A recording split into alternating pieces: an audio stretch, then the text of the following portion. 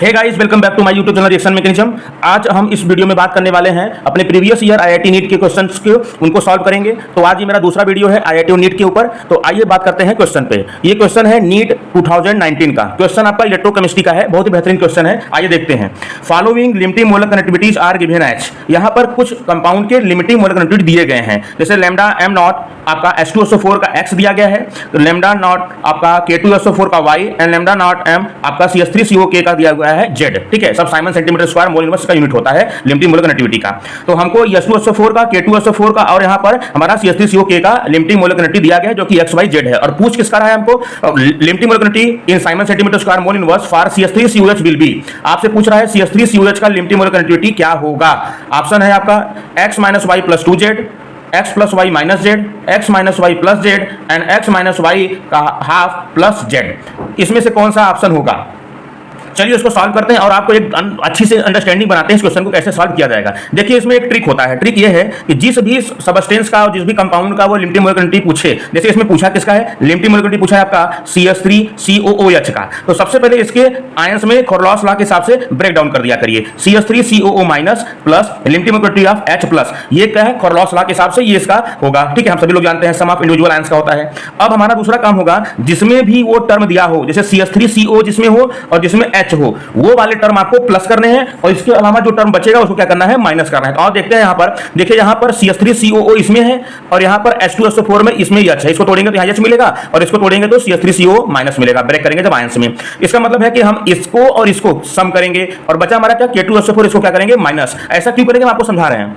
देखिए, तब हम लिखेंगे इसको इस प्रकार से, मान के चलेंगे कि हमको किसको सम करना है, इसको और इसको। ठीक है, तो लिमिटिंग मोलर कनेक्टिविटी आप CH3COO के प्लस लिमिटिंग मोलर कनेक्टिविटी आप H2SO4 और माइनस किसको करना है, लिमिटिंग मोलर कनेक्टिविटी आप K2SO4 को। ठीक है, यहां पर जब हम इसको ब्रेक करेंगे तो हम ये देखेंगे कि लिमिटिंग मोलर कनेक्टिविटी आप CH3COO- plus limiting molar connectivity आप K प्लस आएगा, ये इसका है आपका, प्लस लिमिटिंग मोलर कनेक्टिविटी आप H प्लस, यहां कितने H है, यहां पर 2H हो जाएगा। तो यहां पर हम इसको 2 का मल्टीप्लाई कर देंगे, plus limiting molar connectivity SO4 पे 2 माइनस, ये किसका है, ये टर्म हमारा इसका हो गया। इसी प्रकार से माइनस हम करेंगे, माइनस लिमिटिंग मोलर कनेक्टिविटी आप K प्लस, और कितने के हैं, 2 है, यहाँ पर 2 है तो यहाँ पर 2 कर देंगे, प्लस लिमिटिंग मोलर कनेक्टिविटी आप SO4 पे 2 माइनस। ठीक है, अब यहाँ पर जब हम इसको ओपन कर रहे हैं तो हम ये देख रहे हैं कि लिमिटिंग मोलर कनेक्टिविटी आप CH3COO- plus limiting molar connectivity आप K प्लस इसको ओपन करेंगे तो 2 लिमिटिंग मोलर कनेक्टिविटी आप H plus limiting molar connectivity आप SO4 पे 2 माइनस लिमिटिंग मोलर कनेक्टिविटी आप K प्लस यहाँ पर 2K प्लस है और प्लस लिमिटिंग यहाँ पर प्लस होकर क्या जाएगा, माइनस हो जाएगा, ये अंदर आएगा तो ये हमारा ब्रैकेट बाहर होगा। तो SO4 पे 2 माइनस। अब देखिए यहाँ पर ये ब्रेक होगा, ये ब्रेक हो गया।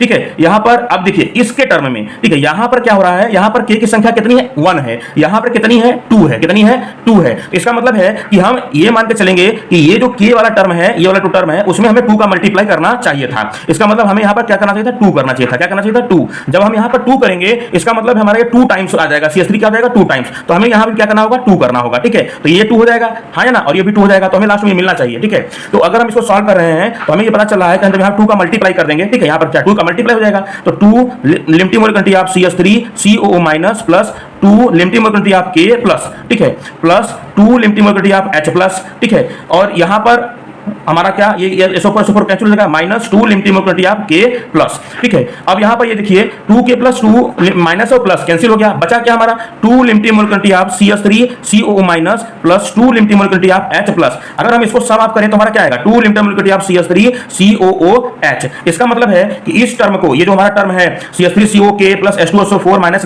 आपका लिमिटिंग मोलर कनेक्टिविटी आप K2SO4, इनको अगर हम इस प्रकार से लिखें तो हमारा जो वैल्यू आएगा वो क्या आएगा, 2 times of limiting molar connectivity आप CH3COOH। इतना आपको समझ में आया? तो बस अब हमें क्या करना है, अब हमारा नेक्स्ट जो टारगेट होगा वो ये होगा कि अब हम CH3COH के बराबर जो हम ये टर्म पहले से स्टार्टिंग में पाए हुए हैं, इसकी वैल्यू रखने के लिए। ठीक है, तो यहाँ पर लिमिटिंग मोलर कनेक्टिविटी आप किसका है, CH3COK का। ठीक है, तो लिमिटिंग मोलर कनेक्टिविटी आप यहाँ पर 2 टाइम्स है CH3COO K का। ठीक है, प्लस ये किसके बराबर हो गया आपका, प्लस आपका ये लिमिटिंग मोलर कनेक्टिविटी आप H2SO4 minus limiting molar connectivity आप K2SO4। ठीक है, मतलब हमें समझ में आ गया कि ये इसके बराबर होगा। अब हमारे पास वैल्यू पता है, इसकी वैल्यू क्या है, इसकी वैल्यू आपको यहाँ पर दिया हुआ है, इसकी वैल्यू आपको दिया है Z और यहाँ H2SO4 की वैल्यू दिया है X और K2SO4 की वैल्यू दिया है Y। तो यहाँ पर हम लिख देंगे 2Z प्लस H2SO4 पे कितना दिया है, x दिया हुआ है, तो यहाँ पर लिखेंगे x और फिर इसका वैल्यू कितना दिया है, y। ठीक है, तो ये हमारा किसका है, ये हमारा 2 times of limiting molecularity of CH3COOH। अगर हमको सिर्फ अकॉर्डिंग टू क्वेश्चन क्या चाहिए, 1 टाइम का चाहिए, तो CH3COOH बराबर क्या हो जाएगा, 2Z/2 हो जाएगा, प्लस x/2 हो जाएगा और माइनस y/2 हो जाएगा। ये 2 क्या हो जाएगा, इधर आ जाएगा। बात आपको समझ में आई कि हमने कैसे किया है। अब आपको क्या करना है, इसको सॉल्व कर देना है, तो 2 से 2 कैंसिल हो जाएगा, तो z आएगा प्लस x, और यहाँ डिनोमिनेटर दोनों का सेम है, तो x माइनस y/2। अब इसको अकॉर्डिंग टू हम लोग लिख लेंगे, एज पर एज हमारा जो ऑप्शन है वो क्या है, वो है x माइनस y/2 और प्लस z। ठीक है, तो ये हमारा ये आंसर आएगा। ठीक है, x minus y/2 plus z। ठीक है, तो ये ऑप्शन हमारा कौन सा है, ये ऑप्शन हमारा यहाँ पर डी है, x minus y/2 plus z। इस प्रकार के कोई भी क्वेश्चन आएगा आप यही तरीका अपनाएंगे। ठीक है, जिसके बारे में पूछे वो टर्म जिसमें पाया जाएगा उसको सम करेंगे, बाकी सबको क्या करेंगे, माइनस करेंगे, और फिर उसको बैलेंस करेंगे और उसकी वैल्यू को रखेंगे। आई होप कि आपको समझ में आ गया होगा कि इसको कैसे सॉल्व किया गया है और इसको इस प्रकार क्वेश्चन को हम लोग कैसे सॉल्व करते हैं। अगर इस वीडियो के माध्यम से अगर आपको थोड़ा सा भी प्रॉफिट हुआ हो, अगर आपको लगा हो कि आपका केमिस्ट्री का अंडरस्टैंडिंग बढ़ा है, तो प्लीज मेरे चैनल को लाइक करिए, शेयर करिए, सब्सक्राइब करिए, मुझे सपोर्ट करिए ताकि मैं आपका लिए और अच्छी वीडियो बनाऊं। Thank you, God bless you all.